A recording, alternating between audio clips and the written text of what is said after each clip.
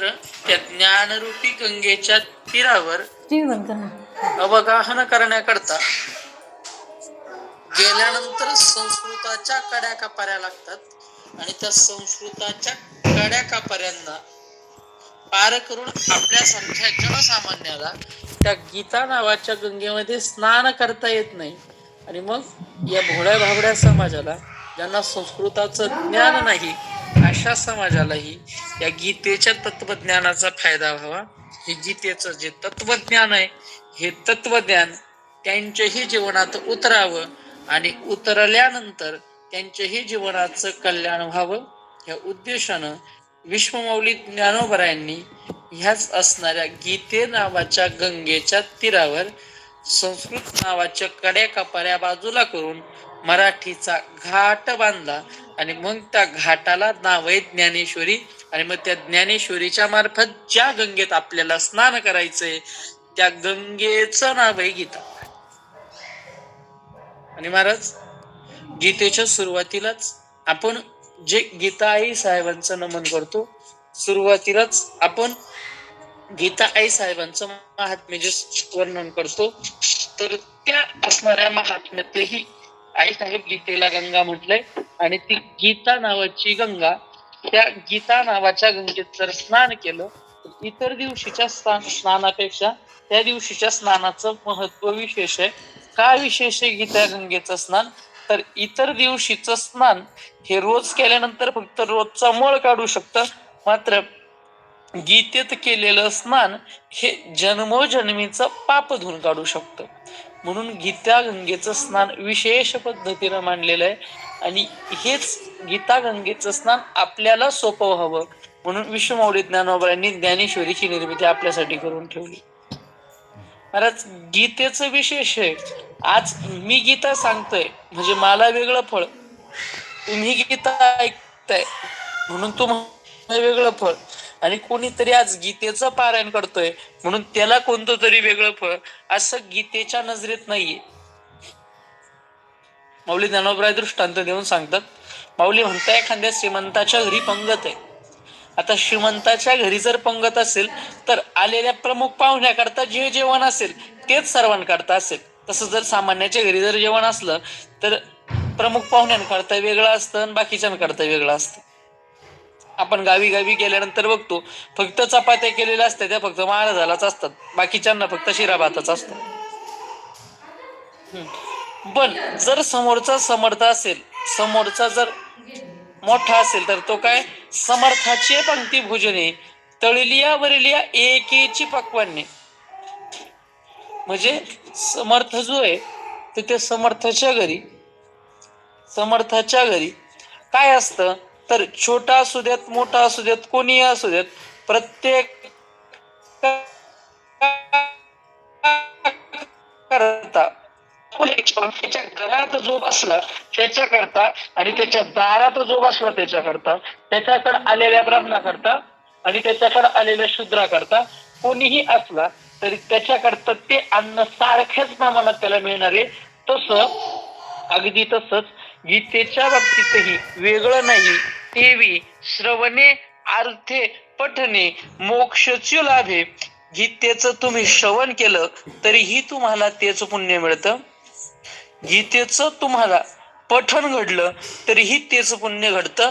नवे नवे एखाद्याने फक्त गीतेचा अर्थ चिंतन केलं तरीही त्याला तेच फळ मिळतं.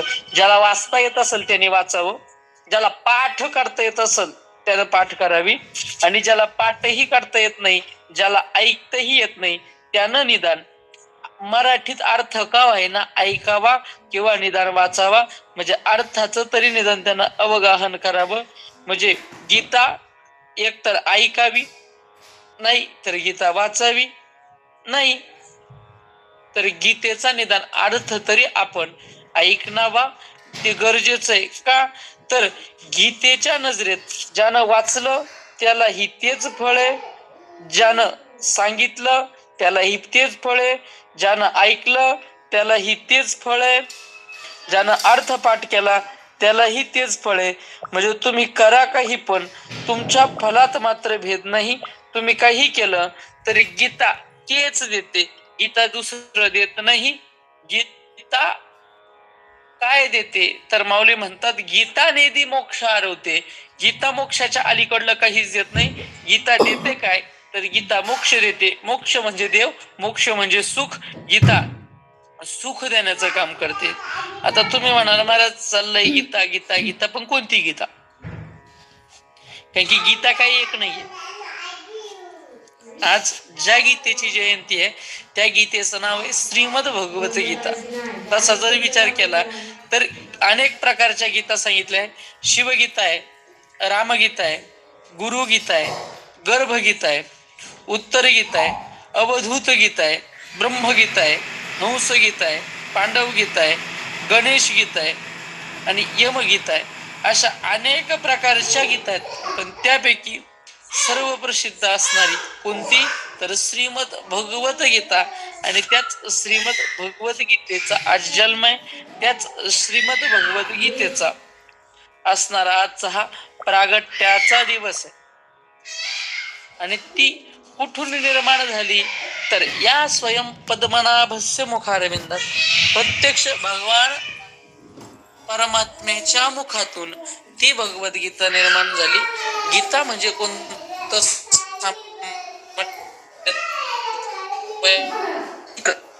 महात्मे सांगतात, सर्वोपनिषदो गावो दुग्धा गोपालनंदन पार्थवत्स सुधीर भुक्ता दुग्धम गीता बतम महत शास्त्र सर्व उपनिषद हीच जणू एक गाय. सर्वोपनिषदो गाव, सर्व उपनिषद, सर्व शास्त्र, सर्व वेद हीच जणू एक गाय. आणि मग त्या गायीचं दूध काढण्याकरता कोणी सामान्य बसलेला नाही. कोण बसलाय? दोग्धा गोपालनंदन, दूध काढणारा कोण आहे तर भगवान श्रीकृष्ण आहे. अहो पण दूध काढण्याकरता गायीजवळ वासरू आणावं लागतं. ते वासरू कोण आहे तर भगवंतानं वासरू बनवलंय अर्जुनाला. जसं गायीचं दूध घरच्यांनाही काम येतं आणि बाहेर विकायलाही काम येतं, तसं या उपनिषद रूपी गायीचं दूध तिच्या बछडालाही काम येणार आहे आणि जगालाही काम येणार आहे. पण देवाने बछड बनवलं अर्जुनाला, पार्थवत्स सुधीर भोक्ता. आणि तो अर्जुन त्या गीतेचा उपभोग घेणार आहे, पार्थवत्स सुधीर भोक्ता. आणि मग दुग्धम गीता अमृतम महत, गीता नावाचं अमृत हेच काय तर जणू दूध आहे. म्हणूनच आपल्या संत महात्म्यांनी म्हटलंय गडा की अर्जुनाचे निव्याचे गीता प्रकाशो निश्री राजे संसारा एवढे थोर योजे फेडिले किंवा निस्तरिले जगाचे. अर्जुनाला निमित्त केलं, अर्जुनाला निमित्त मात्र ठेवलं आणि अर्जुनाचं निमित्त करून आपल्यासारख्या जड जीवांच्या उद्धाराकरता परमात्म्यानं ते गीता नावाचं तत्व आपल्या ताब्यात दिलं. म्हणून नाथबाबा म्हणतात, गीता गीता गीता वाचे जे म्हणती नाही पुनरावृत्ती तयानारा. आता दोन ठिकाणी वेगवेगळ्या अर्थ सांगितले जातात. काही ठिकाणी अर्थ सांगितला जातो गीता गीता गीता म्हणजे पहिल्या गीता शब्दाचा अर्थ आहे गीता श्रवण करा. नंबर 2 चा अर्थ आहे गीता वाचन करा. नंबर 3 च्या गीतेचा अर्थ आहे गीता पाठ करा. किंवा काही ठिकाणी सांगितलं जातं गीता वाचा, काही ठिकाणी सांगितलं जातं गीतेचा अर्थ वाचा. आणि तिसरे गीता शब्दाचा अर्थ होतो गीतेत सांगितलेलं तत्वज्ञान आपल्या जीवनामध्ये त्याचं आचरण करा. आणि काही ठिकाणी अर्थ केला जातो तुम्हाला गीता ऐकता नाही आली तरीही चालेल, गीता वाचता नाही आली तरीही चालेल, गीतेचं पाठांतर करता नाही आलं तरीही चालेल, नवे नवे गीतेचा अर्थही तुम्हाला मराठीत ऐकता नाही आला तरीही चालेल. मात्र नुसतं एक काम करा, नुसतं आपल्या मुखारविंदाने फक्त गीता गीता गीता गीता सारखा हा जरी उच्चार केला तरी हा उच्चार देखील तुम्हाला काय करेल तर त्या परमात्म्याची गाठभेट घडून दिल्याशिवाय राहणार नाही. पुनरावृत्तीत येणारा त्याला मात्र पुन्हा परत या मृत्यू लोकामध्ये यावं लागत नाही. का तर त्या गीतेचं सामर्थ्य असं आहे की ती गीता मोक्षदायिनी आहे. त्या गीतेचंच एक नाव मोक्षदायिनी आहे. म्हणून आजची जी एकादश आहे त्या एकादशीच सुद्धा नाव काय तर आजच्या मोक्षदा एकादशी. का मोक्षदा? तर ती मोक्ष देणारी एकादशी आहे म्हणून. आणि या गीता महात्म्याबद्दल सांगताना प्रत्येकानं मुख भरून वर्णन केलंय. असं म्हटलं जातं या गीता नावाच्या गंगेचं जो पान करतो त्याला परत या जन्म मरणाच्या चक्रात यावं लागत नाही. शंकराचार्याने ज्याला जन्म मरणाचं चक्र संसार म्हणलं, पुनरपि जननम पुनरपि मरणम पुनरपि जननी जठरे शयनम, यामध्ये त्याला यावं लागत नाही. त्याला जन्माचंही दुःख भोगावं लागत नाही. मातीच्या उदरकुहरी पचुनी विष्टेच्या दाथरी उकडून वासमरी जन्म जन्मोनी मरती. जे माऊलींनी जन्माचं दुःख सांगितलं ते जन्माचंही दुःख भोगावं लागत नाही. आणि मरणाचं दुःख तर प्रत्येकालाच आहे. त्या मरणाच्या दुःखातूनही तो व्यक्ती निघून जातो. का? त्याचा परत एकदा गेल्यानंतर जन्मच होत नाही. गीता गंगोदकम पित्वा पुनर्जन्म न विद्यते. या गीता रूपी अमृताचं पाणी केलं की मग तुका म्हणे येणे जाणे नाही आता, राहिलो अनंताची पायी. हा परिणाम त्या गीता तत्वाचा होतो. गीता तत्व हे माणसाला या जन्म मरणाच्या चक्रातून सोडवण्याकरता गरजेचं आहे. गीता काय तर प्रत्येक प्रश्नाचं उत्तर म्हणजे गीता आहे. कोणालाही जीवनात काहीही अडचण असेल तर त्यानं काही नाही, फक्त सहजगत्या गीता समोर घ्यावी आणि वाटेल ते पान उचकावं आणि वाटेल त्या पानावर वाटेल तिथं बोट ठेवावं आणि वाटेल तो श्लोक वाचावा. तुम्हाला सध्या पडलेल्या प्रश्नाचं, तुमच्या जीवनात आलेल्या अडचणीचं उत्तर भगवंताने त्या ठिकाणी तुम्हाला दिलंय. कोण म्हणतं तुम्हाला भगवंताशी बोलता येत नाही? बोलता येतं. भगवंत आपल्याशी बोलायला तयार आहे हो, पण तो एक साईड किती बोलल? देवाने आपल्याला प्रत्येक प्रश्नाचं उत्तर देऊन ठेवलंय. मात्र आपल्याला प्रश्न पडला पाहिजे, आपण प्रश्न देवाला विचारला पाहिजे, गीतेत त्याचं उत्तर शोधलं पाहिजे. असा प्रश्न नाही की ज्याचं उत्तर गीतेत नाही.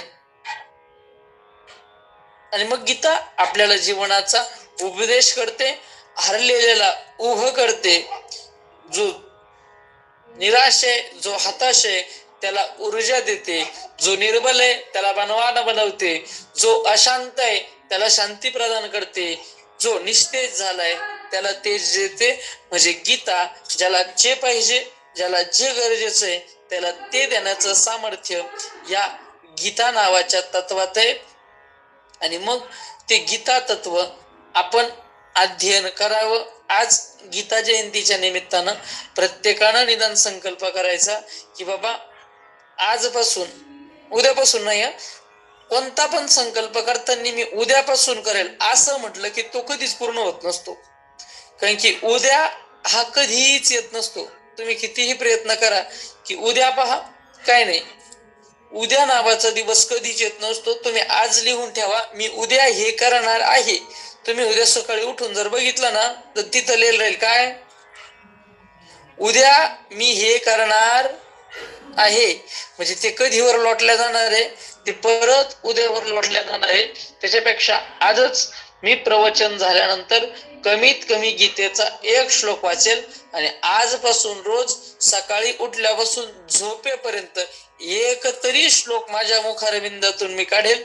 मला वाचता आला नाही तर मी निदान युट्यूबला का होईना पण गीतेचा पहिला अध्याय म्हणा, गीतेचा 15वा अध्याय म्हणा, गीतेचा 12वा अध्याय म्हणा, गीतेचा 9वा अध्याय म्हणा, किंवा सर्व गीता एकाच अध्यायात असा गीतेचा 18वा अध्याय म्हणा.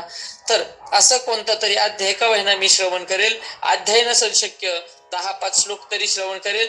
10-5 श्लोकही शक्य नसतील तर निदान निदान निदान रोजचा एक श्लोक का होईना, जितका होईल तितका एक श्लोक का होईना आपण त्या संबंधानं श्रवण करावा.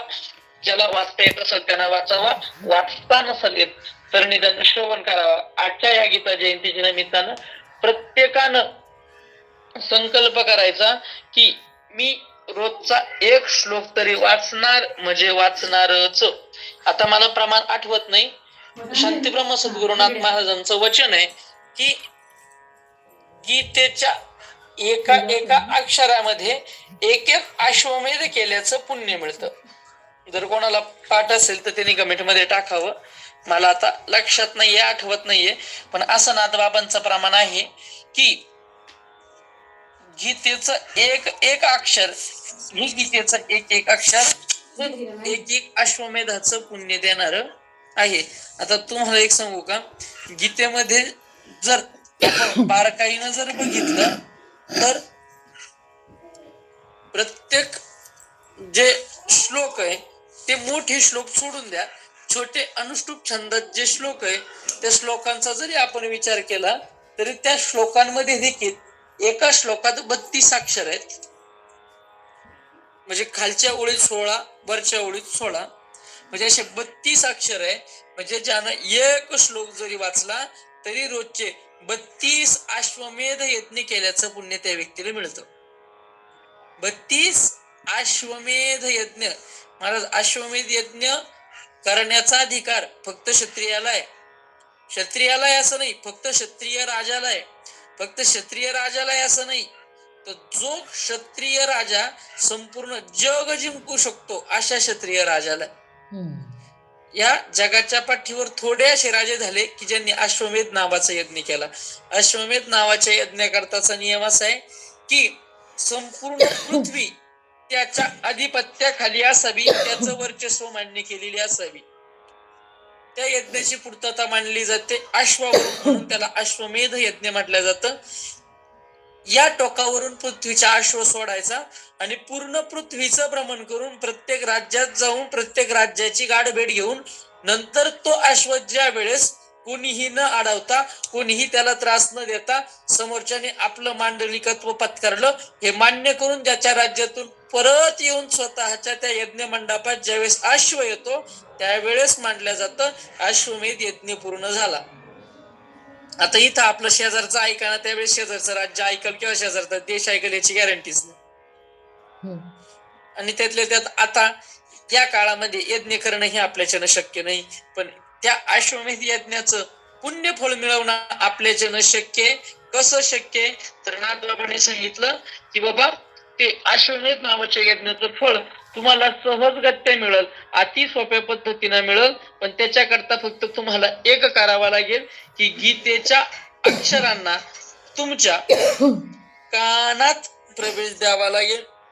तो कानात जर तुमच्या गीतेचा प्रवेश झाला तरी मग तुम्हाला काय होईल तर त्या श्रवणाने अश्वमेध यज्ञाची प्राप्ती ही तुम्हाला एका एका अक्षराने होईल. एका एका श्लोकाने एक अश्वमेध नाही, एका एका अक्षराने एक एक अश्वमेध यज्ञ. मला आज प्रमाण काही लक्षात येत नाहीये, जर लक्षात आलं शेवटपर्यंत तर मी सांगेल, आणि जर नाहीच लक्षात आलं, जर कोणाला पाहिजेच असेल तर ज्या वेळेस नंतर कधीतरी आठवेल त्यावेळेस मी हे तुम्हाला सांगेल. मात्र एवढं खरंय की नाथबाबांनी स्वतःच्या मुखाने हे सांगून ठेवलंय की गीता नावाचं तत्व जर आपण ऐकलं तर ऐकण्याने देखील आपल्याला बरंच असं पुण्य आणि ते मुक्ती प्राप्त करून देणार आहे. नाथबाबा म्हणतात हे मी सांगत नाही असं समजू नका, हे सांगितले कोणी नाहीये. तर पार्वती हे स्वतः भगवान शंकर आईसाहेब पार्वतीला सांगताय काय, एका जनार्दनी गीतार्थी पठणे श्रवणे सर्वांची मुक्ती ऐसे श्री पार्वती प्रती शंभू सांगे. ही गीता, या गीतेचं तत्वज्ञान भगवंतानं त्या आईसाहेब सतीला सांगितलं. आपण पहिल्या अध्यायामध्ये त्याचं चिंतन करून आलो की भगवंत म्हणतात की देवी जैसे का स्वरूप तुझे तैसे नित्य नूतन खिचे गीता तत्व. रोज जसं तुझं स्वरूप नित्य नवीन आहे तसंच हे गीता तत्वाचं रूप रोज नवीन आहे. जो कोणी येईल तो त्याच्या पद्धतीने वेगळा अर्थ काढेल. गीतेचा अर्थ द्वैत परही लागतो, गीतेचा अर्थ अद्वैत परही लागतो, गीतेचा अर्थ प्रत्येकांना आपापल्या पद्धतीनं लावलेला आहे. गीतेच्या श्लोकाचा हाचा अर्थ असेल असं कोणाला सांगता येत नाही. म्हणून गीता ही ज्याच्या त्याच्या पद्धतीनं ज्याला त्याला ती सोयीस्कर आहे. गीता आपल्या सर्वांना जसं माहिती आहे तर ती गीता प्रत्येकाच्या जीवनात, म्हणून आज संकल्प प्रत्येकानं करायचा आहे की बाबा जास्त नाही पण निदान रोजचा कमीत कमी एक श्लोक तरी मी वाचेल, आणि मग तो एक श्लोक वाचून ते जे काही पुण्य होईल ते मी संपादन करून घेण्याचा प्रयत्न करेल. तर या गीता जयंतीच्या निमित्तानं आपण असा संकल्प करावा. आणि महाराज, खरंच संतांचे उपकार आहे.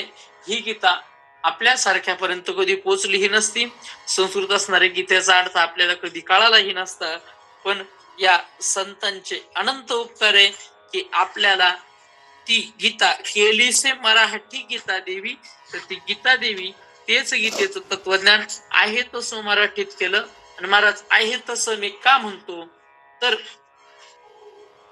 विश्वमौली ज्ञानोबरायांनी गीतेवर जी टीका केली तर त्या टीकेबद्दल बोलत असताना एका मोठ्या महात्म्याचं वाक्य, ते महात्मे म्हणतात, जर आत्ता भगवंत परत अवतरित झाले आणि भगवंतानं जर माऊली ज्ञानोबरायांची ज्ञानेश्वरी वाचली तर भगवंत म्हणेल, अरे मला अर्जुनाला एवढं विस्ताराने सांगायला वेळ नव्हता, मात्र माऊली ज्ञानोबरायांनी जे सांगितलं का तेच मला सांगायचं होतं. म्हणजे एवढी भाषा सरळ, सोपी आणि साधी. विष्णू माऊली ज्ञानोबरायांचे आणि माऊलींच्या आपल्यावर अनंत उपकार आहे. मला समाजाने माऊलींना त्रास सोडून दुसरं काही दिलं नाही. पण माऊली ज्ञानोबरायांनी जगाच्या उद्धाराकरता गीतेचं तत्वज्ञान हे आपल्या मायबोलीत, आपल्या मराठीत करून ठेवलं. म्हणजे ज्या समाजानं आपल्यावर अपकार केला त्याच समाजावर माऊलींनी उपकार केला. अरे ज्यांनी माऊलींच्या वाढून आणलेल्या भिक्षेत माती कालवली, अरे त्यांच्या जीवनाची माती होऊ नये म्हणून माऊली ज्ञानोबरायांनी गीतेचं तत्वज्ञान मराठीत त्यांच्यापर्यंत पोहोचवलं. आणि मग त्याच ज्ञानेश्वरीचं चिंतन आपलं चाललंय.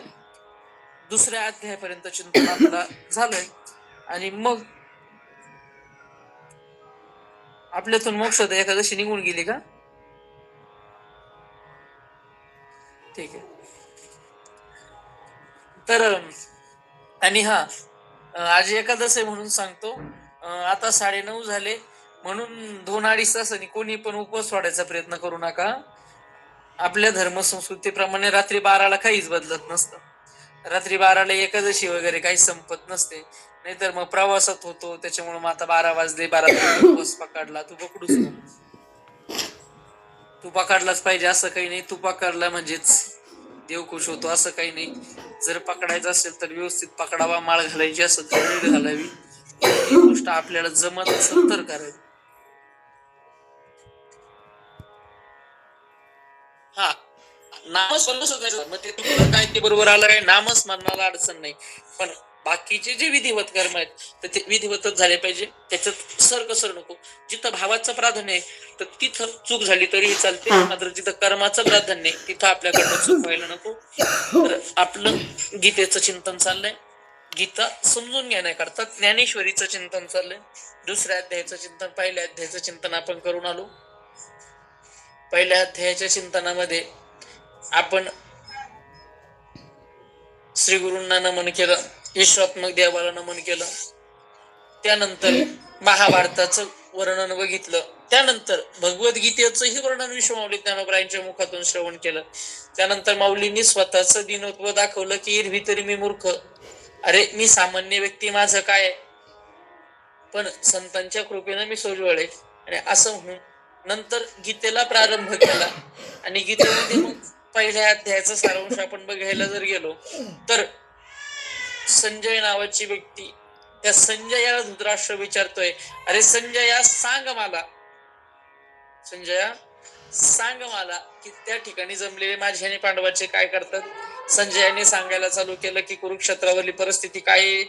तर त्या कुरुक्षेत्रावर दुर्योधन माहिती देतोय, माझ्याकडले कोणे, पांडवाकडले कोणे, शंख कसे वाजले, त्याचं वातावरण काय झालं. भगवंतानं अर्जुनालाचा रथ मध्यभागी नेऊन उभा केला आणि रथ मध्यभागी उभा केल्यानंतर जवळचेच माणसं बघितल्यानंतर अर्जुनाने सांगितलं, देवा सीदंती मम गात्राणी मुखंच परिशोषती वेपदुष्य शरीरे मेरू महर्षी जायती. देवा आता माझ्यासारख्याच उभं राहणं शक्य नाही. देवा मी आता लढणार नाही.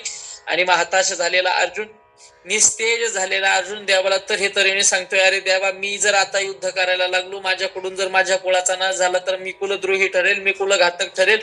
आणि कुलघातक हा नरकाला जातो. देवा अरे जर मी कुळाचा क्षय केला तर कुळामध्ये वर्णसंकर होईल, वर्णसंकर झाला म्हणजे पिंडदान क्रिया बंद पडेल आणि पिंडदान बंद पडलं तर स्वर्गस्थ असणारे पूर्वपुरुष हे नरकात येऊन पडतील. तेव्हा एवढा एक अनर्थ फक्त माझ्यामुळे होईल. मी कुळाचा घात करणं ठरेल. तेव्हा मी शस्त्र आता उचलणार नाही. सशस्त्र स्त्रीजनचा आपण शोक विघ्न मानस शोकाने युक्त झालेला अर्जुन रथाच्या कडाला जाऊन बसला आणि मग योगेश्वर भगवान श्रीकृष्णानं बोलायला चालू केलं आणि अर्जुनाला थेट खसकावलं. क्लेब्यम मास मग पार्थ नाही तत्व उपपद्यते शूद्रम दौर्बल्यम तत्तिष्ठपर्यंत. पण अरे अर्जुना उठ आणि युद्ध कर. अरे असं नपुसक अवस्थेला प्राप्त होणं तू योग्य नाही. तू म्हणतोय की मी हे करणार नाही, मी ते करणार नाही, उठ आणि युद्ध कर. तर हे अर्जुनाची रडागागी चालली. अर्जुन म्हणतो गुरुना हेत्वाही महानुभावान श्रेयो भोक्तुम भैक्षमपि लोके हत्वार्थ कामावस्तु गुरुनी हैव भुंजे भोगान रुद्र प्रतिधान. अरे देवा, यांना मारण्यापेक्षा मी भीक मागितलेली बरं. देवा रे, मी पार्थ द्रोणाचा केला, याने धनुर्वेद मज दिला. अरे अर्जुन देवाला म्हणतो, अरे देवा यानंच मला सगळं दिलं, आता मी याला मारू कसं? देव म्हणतो मारल्याशिवाय पर्यायाने मार. शेवटी अर्जुन म्हणतो देवा मी आता गोंधळात पडलो. मी पूर्वकल्पना काय देतोय माहितीये का? जोपर्यंत मागचं चांगलं नाही तोपर्यंत पुढं किती पण पळून फायदा नाहीतर एक प्राणी आपल्यात, त्या प्राण्याचं नाव आहे कोंबडा. तो कोंबडा काय करतो? पुढं उकरतो खड्ड, आणि ते खड्ड उकरत असताना ते जे उकरतो ते सगळं मागं टाकत चालतो. त्यानं पुढे किती काही मोठं उकरत गेला तरी त्याचं उकरणं तो जेवढ्या जागेत उभा आहे तेवढंच असतं का? तो पुढं उकरतो मागं लोटत असतो, त्याच्यामध्ये मागचं खड्ड बुजतच राहत. तसं मग आपलं रोजचा गीतेचा पाठ चाललाच आहे, ज्ञानेश्वरीचा पाठ चाललाच आहे, मग ते पुढं पाठ आणि मागं पाठ असं गंमत नको व्हायला. म्हणून एक अध्याय संपल्यानंतर निदान मागची रिव्हिजन होणं गरजेचं आहे. आणि मग याच्यातून तुम्हाला बी कळलं पाहिजे की निदान आपल्याला सांगणारा माणूस बी मागचं लक्षात ठेवितो की हा मग आज जेवढं सांगायचं तेवढंच पाहून यायचं, मग तेवढंच सांगायचं. तर अर्जुनाची रडागागी चालली, देवा मी यांना मारू शकत नाही. मग अर्जुन द्विधेत पडला. अर्जुन गीतेत भरपूर ठिकाणी द्विधेत पडलाय की देवा आता असं कसं. आता आपल्या तिसऱ्या अध्याय चालू करायची तिथं पण अर्जुन द्विधेतच पडलाय. दुसऱ्या अध्यायाचा अर्जुन द्विधेतच पडलाय. अर्जुन म्हणतो देवा अरे मला काय करावं कळत नाही, चांगलं काही न चैतवत मग किरण वगैरे हो यद बाजे मैदवान जय हो. देवा रे कोण जिंकणार मला आता लक्षात येत नाही. देवा कसं करू मला आता कळत नाही. आणि मग कसं करू कळत नाही म्हटल्यानंतर शिष्यस्ते हमशाधिमान त्वं प्रपन्नम. देवा तुझं मी आता शिष्यत्व पत्करलं, मला आता उपदेश कर. शाधिमाम त्वं प्रपन्नम. देवा मला आता तूच उपदेश कर. आणि मग देवा तूच उपदेश कर असं म्हटल्यानंतर भगवंतानं पहिला शब्द टाकला अर्जुनाला, अशोचानन वशोचस्त्वं प्रज्ञावादंश भाषसे. अर्जुना अरे तू बाता तर मोठ्या मोठ्याच्या मारतो, मात्र तुझ्याकडून चुकी होते अर्जुना. तू गप्पा मारतो मोठ्या मोठ्याच्या, पण वागणं त्या मापाचं नाही. आणि मग अर्जुनाला सांगायला चालू केलं. मग अर्जुनाला सांगताना भगवंतानं सांगितलं, अरे अर्जुना तू युद्ध करणं का गरजेचं आहे, कसं गरजेचं आहे? तर अनेक पद्धतीने भगवंत पटवून देत आहे. भगवंत म्हणतात, अरे अर्जुना तू मारणारा म्हणतो, हे मरणारे म्हणतो. अरे अर्जुना तू मारलो नाही म्हणजे हे मरणार नाही, अरे हे मरणारच आहे. किंवा दुसरा विचार कर, हे अनादी आहे, हे पहिल्यापासून चालत आलेलं आहे. जातसे हे ध्रुव मृत्यू ध्रुवम जन्म मृतस्यचे उपजेते नासे नासिले पुनरपी दिसे हे घटिका यंत्र जैसे परिभ्रमेगा. अरे अर्जुन हे जन्म मरत चालणार आहे, तू याचा खंड करू शकत नाही. आणि तू जर म्हणशील ना मी मारतो, तर अर्जुन ऐक, नैनम छिन्नंती शस्त्राणी नैनम दहती पावकः चैनम क्लेद्यन्त्या पूर्ण शोषेती मारुतः. अरे अर्जुना तू म्हणतो ना मी मारील, अरे अर्जुना कशाला मारशील आणि काय मारशील? ज्या देहाला मारणार आहे तो देह तर मेलेलाच आहे, आणि ज्या आत्म्याला मारशील म्हणशील तर आत्मा तर अमर आहे, तू मरत नाही, तू मारणार कसा? अजून एका पद्धतीने अर्जुना तू मारायला योग्य नाही. तू का माणसं म्हणतोय की मी मारणार नाही, तुम्ही मारणार नाही? अरे अर्जुना मारणं तुझं स्वकर्म आहे, आणि स्वकर्म सोडून तू इकडं तिकडं पळू नये. आणि मग अर्जुनाला कर्मयोग सांगितला, अर्जुनाला बुद्धियोग सांगितला, अर्जुनाला अकर्म सांगितलं. अर्जुनाने मग सहज बोलता बोलता भगवंताने प्रज्ञायुक्त शब्द वापरला. अर्जुनाने विचारलं, देवा तुम्ही जो स्थित प्रज्ञ सांगितला तो कसा आहे? स्थित प्रज्ञस्य का भाषा समाधिस्तस्य केशव स्थित धिक्किम प्रवाशित इमाशीत ब्रवीत किम. आणि मग भगवंतानं त्याचेही लक्षण सांगितले आणि मग त्याच्याच लक्षणाचा शेवट केला की तो कसा आहे, विहाय कामान्य सर्वाम येशाम ब्रह्म स्थिर पार्थ, असा तो महात्मा आहे. आणि मग त्या महात्म्याबद्दल सांगितलं, त्याच्या अकर्माबद्दल सांगितलं. आणि मग अर्जुन आता द्विधेत पडला, हा नेमका मला कर्म करायला लावतोय की कर्म नको करू म्हणतोय. अर्जुन म्हणतो 3ऱ्या अध्यायामध्ये, जायसी चेत कर्म नसते मता बुद्धी जनार्दन तत्किं कर्मणि घोरे माम नियोजयसी केशव. मग अर्जुन म्हणायला लागला, देवा तुम्ही जे बोलले ना ते मी ऐकलं. मग ऐका अर्जुन म्हणितले, देवा तुम्ही जे वाक्य बोलिले ते निकेम्या परिसरे कमळापती. अर्जुन म्हणतोय, देवा हे बघ तू जे बोलला ना ते मी लक्ष देऊन ऐकलं, एकदम लक्ष देऊन ऐकले. पण झालं असं, काय झालं, तेथ कर्म आणि करता उरेची ना पाहता ऐसे मत तुझे स्त्री अनंता निश्चित जरी. आता तुझं जर म्हणणं असेल की साम्य स्थितीवर तिथं कर्म आणि करता उरेची ना, तिथं कर्म ही नाही आणि करता नाही अशी अवस्था जर झालेली आहे असं तुझं मत आहे ना देवा, मग तरी केवी माते श्री हरी म्हणसी पार्थ संग्राम करी या लाजसी ना महाघुरी कर्मी सुद्धा. अर्जुन म्हणतो, देवा स्वतःच म्हणतो की तिथं गेल्यानंतर त्या साम्य अवस्थेला कर्म नाहीये, अकर्म स्थिती येते. आणि मग कर्म करता त्या ठिकाणी राहत नाही. मग तुला लाज वाटत नाही का, मला कर्म करायला लावतोय? भक्ताचा अधिकार सामान्य नसतो.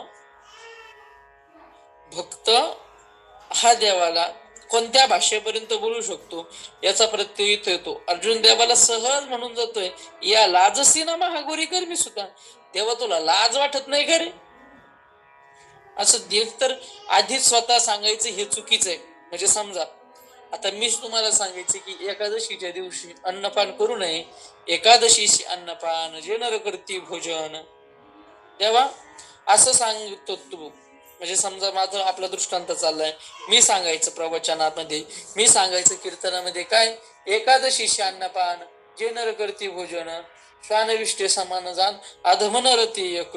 जे लोक एकादशीच्या दिवशी अन्न सेवन करतात ते लोक अन्न नव्हे तर विष्ठा खातात.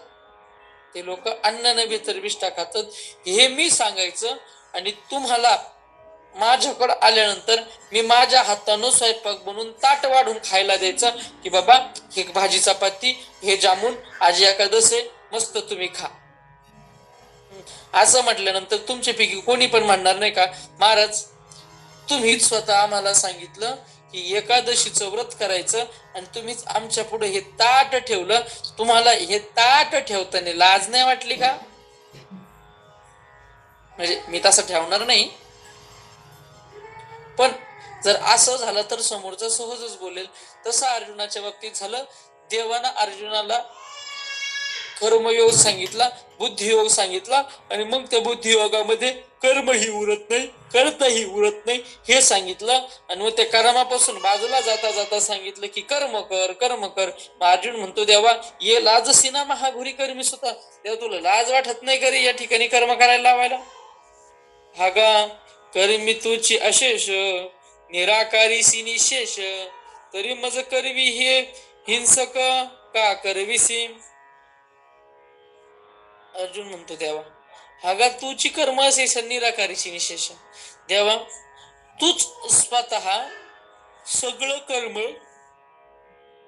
निराकारीशी, तूच याचं निराकरण करतो. मग मज करवी हिंसक का करविसी, आणि माझ्याकडून मग हे का करून घेतोय तू? बरं हे माझं जे वाटेला कर्म आलंय ते कर्म काही सामान्य असं नाही, हिंसक कर्म आहे, दुसऱ्याची हत्या करण्याचं कर्म आहे, हिंसा करण्याचं कर्म आहे, त्रास देण्याचं कर्म आहे. आणि मग हे कर्म तू माझ्याकडून का करून घेतोय? तरी हे तुची विचारी ऋषिकेशा, तू मान नाही दिशी कर्मलेशा आणि येसनी हे हिंसा करविताम हसी. अर्जुन म्हणतो, देवा तरी हे विचारी ऋषिकेश, देवा तू ना फक्त हाच विचार कर बरं, आता जाऊ दे, माझं सोड, सगळं सोड, तू फक्त एवढा विचार कर. द्यावा आता तू मानने ऋषी कर्मलेशा, तू कर्माला किंमत देत नाही असं म्हणतो. तू कर्माला किंमत देत नाही असं म्हणतो, कर्माचा त्याग करा असं म्हणतो, आणि येसनी हे हिंसा करवी तामसी, आणि कर्माच्याच नावाखाली आमच्या सारख्याकडून एवढी मोठी हिंसा करून घेतोय देवा. तूच विचार कर बरं, हे कितपत योग्य आहे. आमचं झालं कसं माहिती का देवा? व्यामिश्रेणेव वाक्येन बुद्धिं मोहयसेव मे तदेकं वद निश्चित्य एरश्रेयो हवाप्नुयाम. अर्जुन म्हणतो देवा, आमची स्थिती कशी झाली माहिती का? ऐक देवा, तू वाचे ऐसे बोलावे, तरी आम्ही नेणे ते काय करावे. आता संपले म्हणपा आगवे विवेकाचे. अर्जुन म्हणतो देवा, आता आहे ना, तूच जर असं बोलायला लागला ना, आमच्या सारख्या नेमत्या माणसानं काय करावं? आमच्या सारख्या ज्याला कळतच नाही त्यानं काय करावं? आता म्हणपा आगवे संपले देवा. आता तू असं म्हण, विवेकाचं संपलं. विवेक नावाची गोष्ट जगात राहिली नाही. चांगलं काय, वाईट काय, कसं काय, असं काय, तसं काय, काहीच कळायला चान्स राहिला नाही. का बर? देवा तो उपदेश करतो ना अर्जुनाला. देव म्हणतो हा उपदेश आहे का? देवा, तुला मी उपदेश करायला लावला होता. मी तुला सांगितलं होतं देवा की आता शिष्यस्ते हम शाधिमान तुरम प्रपन्नम. देवा, मी तुझा शिष्य, मला चांगल्या पद्धतीनं सांग, उपदेश कर. आणि हा तुझा उपदेश आहे का? अर्जुन म्हणतो देवा, हागा उपदेश जरी ऐसा तरी अपभ्रंश तो कैसा, आता पुरला आम्हा दिवसा आत्मबोधाचा. आता अर्जुन बाकी चांगला तापलाय देवावर. अर्जुन म्हणतोय देवा, उपदेश ऐसा. देवा, तू जो केला ना आम्हाला आता, हा उपदेश आहे का? हा अनुपदेश.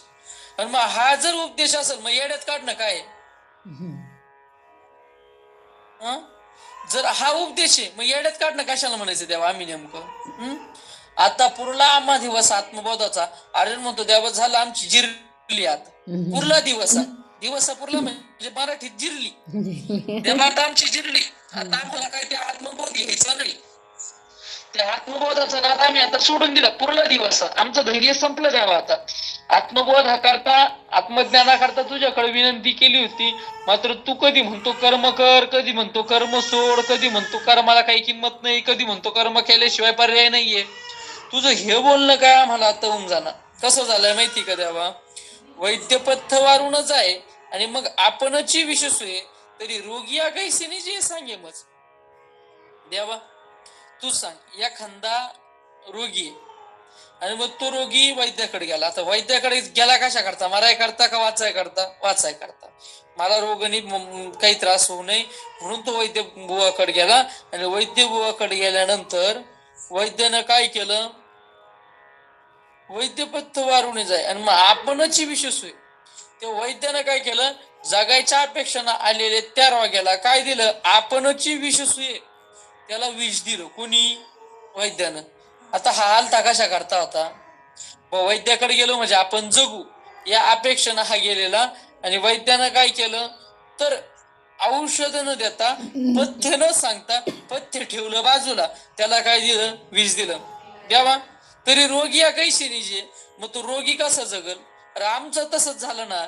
एक तर काय करावं कळत नव्हतं. यांना मारावा का मारू नये, धर्माची बाजू आहे का ही अधर्माची, युद्धातून पळून जावा का पळू नये, ह्या गोंधळात मी आधीच पडलेलो. त्याच्यात तुम्हाला सांगू चालू केला, बुद्धियोग सांग, समत्व योग सांग, कर्मयोग सांग. आणि मग आता त्याच्यात नेमकं कोणतं खरंय? कर्म करू, कर्म सोडू, कर्म धरून ठेवू, नेमकं करू तर करू काय मला देवा हे कळत नाही. की कसं झालंय माहिती का देवा? जैसे आंधळे सुईजे आव्हाटा, का माझ मन जे मरकटा, तैसा उपदेश हा गोमटा ओढावाला आम्हा. अर्जुन म्हणतो देवा, जैसे आंधळे सुईजे आव्हाटा. एखादा आंधळ आहे, आंधळ म्हणजे पैसे मागण्यापुरतं झालेलं आंधळ नाही, खरं आंधळ, खरं आंधळ आहे. आणि मग ते आंधळ आडवाटाला नेऊन घातलं. मला ते चांगल्या वाट वाचलं तरी त्याला पुढचं दिसत. आता ज्याला पुढचं दिसत नाही त्याला आंधळ म्हणतात. तर ज्याला चांगल्या वाटावर खड्ड कळत नाही त्याला जर आडवाटाला नेऊन घातलं तर ते किती ठिकाणी पडला अंदाज नाही. किंवा का माझं नदीचे मार्काटा, मरकट म्हणजे माकड. माकड नावाची जात अत्यंत शांतता प्रिय असते. तुमच्याकडे शांतता प्रिय माकड आहेत का? आमच्याकडे शांतता प्रिय नाही आहेत. आमच्याकडले माकडं कधीच शांत बसत नाही. ते एका झाडावरून दुसऱ्या झाडावर उडी मारतील. ते स्वतःच्याच अंगाची उवा काढून खातील. ते स्वतःच्या नाही सापडल्या तर शेजारच्या माकडाच्या खातील. माकडांच्या नाही सापडल्या तर माणसांच्या डोक्यावर बसून खातील. या घरावरून उडी मार, त्या घरावरून उडी मार, याची ती वस्तू हिसक, त्याची ती वस्तू काढून घे, अशा उचापती ही माकडं करतात. ज्या झाडावरून उडी मार, त्या झाडावरून उडी मार. आणि मग असं माकड आहे जे आधीच कधी गप खाली टेकत नाही. अशा माकडाला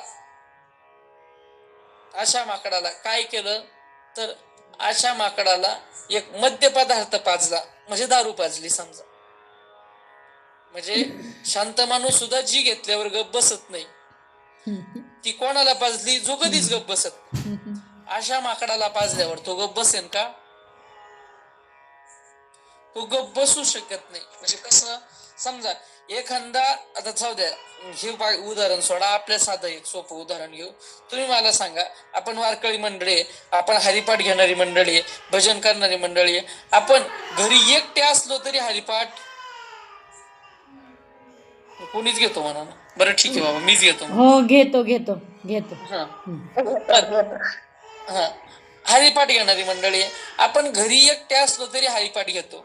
आणि तेच जर आपण समजा गावात सप्ताह चालू आहे, तिथे हरिपाठ घेणार नाही का आपण? हो, घेऊ ना. म्हणजे जे रोज घेणारे ते सामूहिक असल्यावर हरिपाठ घेतात. तसं महाराज जे कधीच गप बसत नाही ते पेल्यावर गप बसन का? अर्जुन म्हणतो देवा तसा गोंडस उपदेश दिला बरं का तुम्ही आम्हाला. उपदेशाला उपमाकाची दिली, आंधळ्याला वावरात नेऊन सोडायची आणि माकडाला दारू पाजण्याची. हा माकडाला दारू पाजणं आणि तू आम्हाला उपदेश करणं देवासारखंच आहे. एक तर आम्हाला आधीच काही उमजत नव्हतं, त्याच्यात आता तू हे असं केलं. मी आधीची काही नेने वरी कवळीलो मोहे येणे, श्रीकृष्णा विवेक या कारणे पुसिला तूज. अरे देवा हे बघ, मी आधीच काही नाही, मला द्यावा आधी काही काही काय काय कळत नाही बाबा. आणि बरं एक तर मला आधीच कळत नाही वर कवळीलो मोहे येणे, त्यातले त्यात मला मोह झाला, हे माझे, मी यांना कसं मारू, बरं यांना नाही मारावा तर युद्धातून पडून तरी कसं जावा, हा मला मोह झाला. आणि मग आता मला मोह झाला, मला आधीच काही कळत नाही, म्हणून मी काय केलं देवा, कृष्णा विवेक या कारणे पुसिला तुझं. आणि मग मी असा गोंधळात पडल्यामुळं देवा मी तुला विचारलं की देवा आता मी काय करू. म्हणजे त्याच्यामुळे मी तुला उपदेश विचारला, त्याच्यामुळे मी तुझ्याकडे सल्ला मागितला की देवा मी काय करू बरं. आणि मग मी तुला विचारल्यावर काय झालं, तव तुझी एक एक नावाई येत उपदेशा माझी गोवाई, तरी अनुसरले या काही ऐसे की जे. अर्जुन म्हणतो देवा या पाय मला उमजत नव्हतं म्हणून मी तुला विचारलं, आता तव तुझी एक एक नाव आहे. अरे तुला एक नीट सांगता येत नाही का रे, तुझं एक एकच वेगळं एक राहत येत उपदेश माझी गोवाई. अरे इथं तुझ्या उपदेशातच सगळा गोंधळ आहे, तरी अनुसरली काय ऐसे की जे. अर्जुन म्हणतो देवा अरे एखादा जर तुझं अनुकरण करत असेल, एखादा जर तुझं अन्वयी असेल तर असं करायचं का त्याचं? आपलं जे ऐकतात त्यांचं चांगलं करावं, माणसाने का वाटोळं करावं? अरे आम्ही तुझं ऐकायला आलो, आम्हाला काही कळत नाही म्हणून तुझ्याकडे आलो, आणि मग आल्यानंतर तुला विचारतोय देवा उपदेश करा आम्हाला, एक निश्चित काहीतरी सांग द्यावा, तर तुझं एक एकच वेगळं वेगळं सांगतो. बरं ते उपदेशामध्ये पण नेमकं तू काय सांगतो ते मला कळत नाही, कधी काय करू ते तुझं बोलणं कळत नाही देवा. अरे जो अनुसरण करतो त्याला असं येण्यात काढायचं राहतं कर देवा. आम्ही तनु मनु जीवे तुझी ह्या बोला ओटंगावे, आणि तू ऐसे करावे तरी सरले म्हणे. देवा आम्ही तनु मनु जीवे, देवा आम्ही आमच्या शरीरानं, आम्ही आमच्या मनानं आणि आम्ही आमच्या जीवन तुझ्या बोला ओटंगावे. देवा तू म्हणशील ते आम्ही करायला तयार आहे, आणि तू ऐसे करावे तरी सरले म्हण. आणि तू जर असं वागायला लागला तर आमचं संपलं ना मग सगळं. म्हणजे आम्ही सगळं सोडायचं, तनन मनन धनन सर्वस्व तुला अर्पण करायचं, आणि तू जसं म्हणशील तसं वागायचं ठरवायचं. आणि मग तूच जर असं या देवाने जर उपदेश करायला लागला तर आमचं असं संपलं म्हणणं. तू आता ऐसिया परिबोधसी तरी नेके आम्ह करसी येथ ज्ञानाची आस काहीसी अर्जुन म्हणे. आता अर्जुनराव आडवा बोलायला लागले देवा. आता ऐसिया परिबोधसी तरी नेके आम्ह करसी. देवा असा उपदेश तू केल्यावर मग आमचं कल्याणच आहे. आपल्याकडे आता अजून पण म्हणतो पाहा ना आपण, जर असं झालं हर मग कल्याणच झालं आमचं. पण मग ते कल्याण म्हणजे चांगलं नाही, ते कल्याण म्हणजे वाटोळ. म्हणजे समजा मधल्या एका काळामध्ये पावसाचं प्रमाण जास्त होतं. कोणी जर म्हटलं ना अजून 2 दिवसांनी मुसळधार पाऊस होणार आहे, आपण म्हणायचं आता आला तर लय कल्याणच होईल गाड्या. आता ते कल्याण होईल म्हणजे चांगलं होईल का? नाही, ते कपाळाला हात लावून कल्याण होईल. ते कल्याण होईल म्हणजे वाटोळ होईल. तसं अर्जुन देवाला म्हणतो, देवा आता ऐसिया परिबोधसी तरी की आम्हा कशी. देवा असं भारी तुझं सांगत राहिलं ना लय चांगलं होईल गाड्या आमचा आता. आणि ज्ञान आणि देवा ज्ञानाची अपेक्षा सुद्धा नाही रे भाऊ, इथं ज्ञानाची असं काही. अर्जुन म्हणे, अर्जुन म्हणतो देवा आता ज्ञानाची तर आता आम्हाला अपेक्षा पण नाही. तरी ये जाणीवेचे किरसरले परी आणि काही एक असे झाले जे थिती हे रोहले माणस माझे. देवा तुझे सांग का, तुला विचारून मी चुकी याच्यामुळे केली, एक तर मला काही फायदा तर झालाच नाही. जाणीवेचे किरसरले. देवा मला जाणीव तर काही झाली नाही, समजलं तर काहीच नाही, पण आणखी एक असे झाले. पण अजून एक झालं, तर ते झालं ते चांगलं झालं का चुकीच झालं? अर्जुन म्हणतो तुझं ऐकून काही चांगलं होईल का? तिथे हेडवळले माणस माझे. देवा अरे माझं मन निदान थोडंफार का व्हायना जागेवर होतं. हुळले एवढ्या वेळ तरी फक्त पाणी हल्लेलं होतं, तू आल्यावर सगळा गाळ करून टाकला देवा. हुळले पाणी काय केलं, डवळलं करतं ना, तिथे हे डुहळले माणस माझे. अर्जुन म्हणतो तू माझं अंतकरण डवळून टाकलं. पण देवा शेवटी तू देव आहे ना, त्याच्यामुळे अर्जुनाला आठवलं बाबा देवी थोडं मापात बोललं पाहिजे. म्हणून अर्जुनाने लगेच शब्द फिरवले. अर्जुन म्हणतो देवीची श्रीकृष्ण हे तुझे चरित्र काही नेनिजे जरी चित्त पाहाशी माझे येणे विषय. अर्जुन सावध झाला. पण अर्जुन सावध झाल्या अर्जुन म्हणतो देवा देवीची श्रीकृष्ण हे तुझे चरित्र काही नेनिजे. देवा तू असा आगाव आहे ना गाड्या, तुझं चरित्र काय सांगता येत नाही, म्हणजे तुझं वागणं कसं हे सांगता येत नाही. चित्त पाहाशी माझे नेहमीचे. देवा या निमित्तानं माझं तू चित्त पाहत राहशील. काय काही लोक आहे ना वागता असं ना त्यांचं खरं वागणं ते राहत नाही, पण ते तसं वागून पाहता का बर समोरच्याच मन कसं आहे हे पाहण्याकरता. काही प्रश्नांचे उत्तर माहिती असतात, पण ते विचारायचे असतात प्रश्न का नक्की समोरचा बरोबरच उत्तर देतो का हे पाहण्याकरताही कधी प्रश्न विचारला जातो. काही सिच्युएशनला आपण अडचणीत नसताना अडचणीसारखं वागितल्या जातं का, तर आपण अडचणीत असताना समोरच्याची प्रतिक्रिया नेमकी काय राहील हे बघण्याकरता अडचणीत असल्यासारखं वागल्या जातं. काही माणसं असतात हुशार माणसं की जे समोरच्याचं चित्त पाहण्याकरता आपण विविध प्रकारचं चरित्र घडवत असतात. तसं देवा तू तुझं काय सांगू शकत नाही बाबा. तू माझं जर चित्त पाहत असशील मुद्दाम नेमका आपण अर्जुनाला चिडी लावल्यावर अर्जुन कसा चिडवतो, तर मग ते नाही माहिती बरं का देवा मला. ना तरी जगवित आहासी माते की तत्वशी कथिती ध्वनी ते हे अवगमिता निरुत्य जाणवे ना.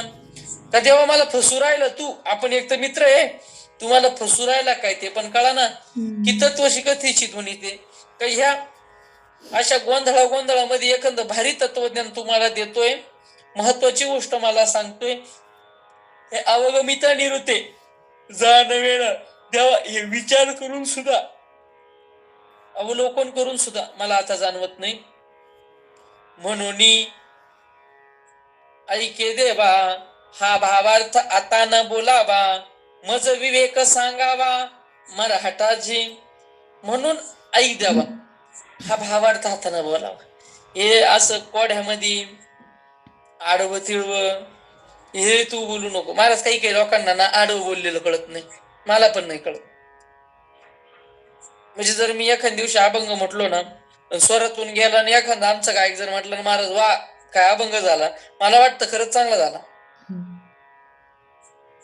स्वरातून गेलं हे लक्षात नाही आलं ना, मला वाटतं खरंच चांगला झाला. मग ते बोलणं काय, ते सरळ बोलणं आहे का महाराज चांगला झाला? चांगला नाही झाला, तुझा हुकला.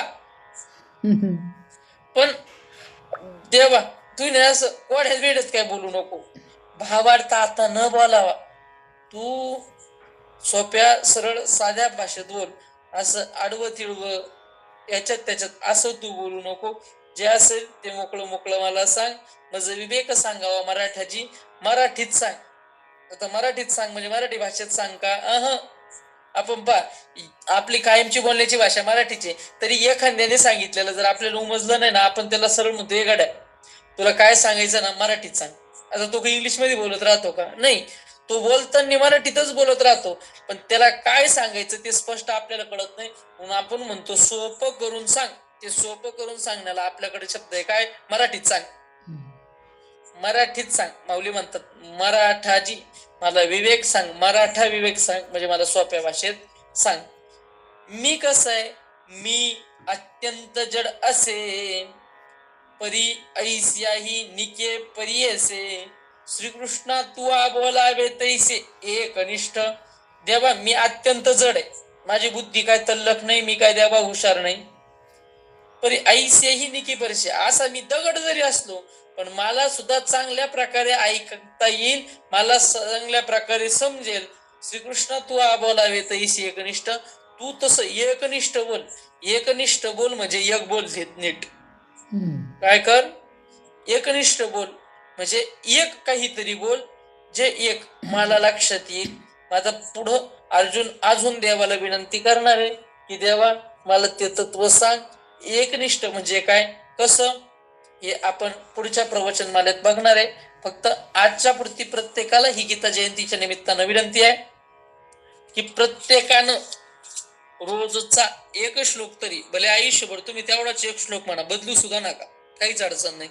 तुमच्या पहिला पाठ असेल धर्मक्षेत्रे तो म्हणा, तुमच्यात पाठ असेल अहं वैश्वानरो भूत्वा तो म्हणा, ब्रह्मार्पणं ब्रह्म हवीर तो म्हणा, कर्मण्यवाधिकार असते तो म्हणा, तोही नसेल तर यदा यदा ही धर्मस्य तो म्हणा, तो नसेल यत्र योगेश्वर कृष्ण यत्र पार्थो धनुर्धरः तो म्हणा.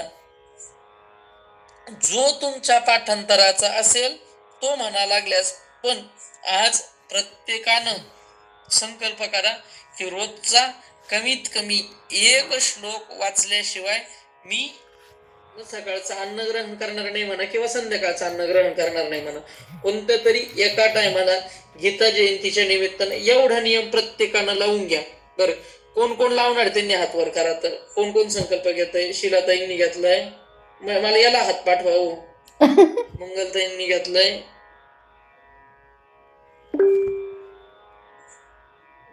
प्रतिभाताईंनी घेतलाय, ज्योतिताईंनी हात वर केलाय, भरपूर जणांचे हात वर होत आहे. कविताताईंनी पण हात वर केलाय, भरपूर जणांचे हात वर होत आहे. इकडं कोणी अनघाताई, अनघा नावे कोणाच तरी, अखिलेश अकाउंट वरनं कोणतरी त्यांनी पण केलाय, शिलाताईंनी पण केलाय. भरपूर जण म्हणजे आहे, त्यापैकी जवळजवळ सगळेच जण आता मान्य करायला तयार होत आहे. पण मग फक्त मी विचारतोय म्हणून हात वर करायचा असं करू नका, उद्योग रिकामे. आपल्याच्यानं होत असेल तरच हात वर करा, काही नाही. फक्त गीतेचं एक श्लोक मी रोजच्या रोज ऐकेल, वाचेल. ज्याला ऐकणं शक्य आहे त्यानं ऐका, ज्याला वाचणं शक्य आहे त्याने वाचा. प्रत्येकाला वाचणं जमलंच असं नाही, सहज प्रत्येकाजवळ तर जवळजवळ मोबाईल आहेच. 1-2 मिनिटाचं काम आहे, पूर्ण गीता ऐका असं नाही. शक्य झाले ऐकली तर चांगले. गीता पूर्ण पारायण करायला काही जास्त वेळ लागतो असंही नाही, 1 तासाभराचं काम आहे ते, काही जास्त वेळेचं काम आहे असंही नाही. पण तरी ठीक आहे, पूर्ण आपण प्रत्येक जण रोज नाही करू शकत, तर निदान एखादा श्लोक का व्हायना पण प्रत्येकानं तो प्रयत्न करायचा आहे. झालेली सेवा गुरुवर्य गाथामूर्ती बाबांच्या चरणी, आईसाहेब ज्ञानेश्वरीच्या आणि विशेषतः आईसाहेब गीतेच्या चरणी समर्पित करतो.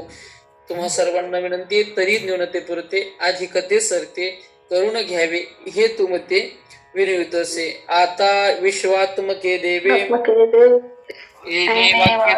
तुषावे मग द्यावे पसायदान हे. जे कळांची व्यंकटी सांडो तया सत्तर मिरती वाढो. भूता परस्परे पडो मैत्र जीवांचे दुरितांचे तिमर जाओ. विश्वस्व धर्म सूर्य पाहो जो जेवांचिल तो ते लाहो. प्राणी जात वर्षत सकळ मंगळी ईश्वर निष्ठांची मांडियाळी अनवर्त भूमंडळी भेटतो तया भूता. चला कल्पतरूंचे आरव चेतना चिंतामणीचे गाव बोलती जे अर्णव पियुषांचे. चंद्रमे जे अलांछन मार्तंड जे तापिनीन ते सर्वांगी सदा सज्जन सोयरे होतो. किंबहुना सर्व सुखे नितीनी लोके भजिरो आदि पुरखे अखंडित आणि ग्रंथोपजीवे विशेषे लोकिये द्रष्टा द्रष्ट विजय हो आवेजी. एत म्हणे श्री विश्वेश्वराओ हा होईल दान पसाओ. येणेवरे ज्ञान देवो सुख्या झाला येणेवरे ज्ञान देवो सुख्या झाला येणेवरे ज्ञान देवो सुख्या झाला. देवा तुला पण विनंती बाबा, आई साहेब तुम्हाला पण विनंती बाबा, तरी तुमचे केले धर्म कीर्तन सिद्धी नेले. येत माझे जे उरले ते पायी पण निवृत्ती ज्ञानदेव सोपान मुक्ताबाई एकनाथ नामदेव तुकाराम. निवृत्ती ज्ञानदेव सोपान मुक्ताबाई एकनाथ नामदेव तुकाराम. एकनाथ नामदेव तुकाराम. एकनाथ नामदेव तुकाराम. निवृत्ती ज्ञानदेव सोपान मुक्ताबाई एकनाथ नामदेव तुकाराम. निवृत्ती ज्ञानदेव सोपान मुक्ताबाई एकनाथ नामदेव तुकाराम. कुंडली कवडधारी विठ्ठल श्री ज्ञानदेव तुकाराम पंढरीनाथ भगवान की जय. माऊली ज्ञानेश्वर महाराज की जय.